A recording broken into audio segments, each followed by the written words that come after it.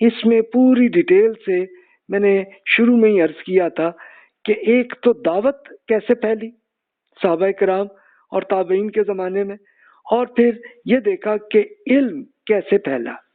تو اس کی اسٹڈیز ہم کر چکے ہیں اور اب ہمارا ٹاپک رہ جائے گا انشاءاللہ کہ تہذیب و تمدن میں کیا کیا آئی ہیں چینجز، اور پھر دعوت اور اصلاح یہ ایک حصہ ہوگا کہ جس کی ہم اسٹڈی کریں گے. تو جناب جزاک اللہ خیر واحسن الجزا.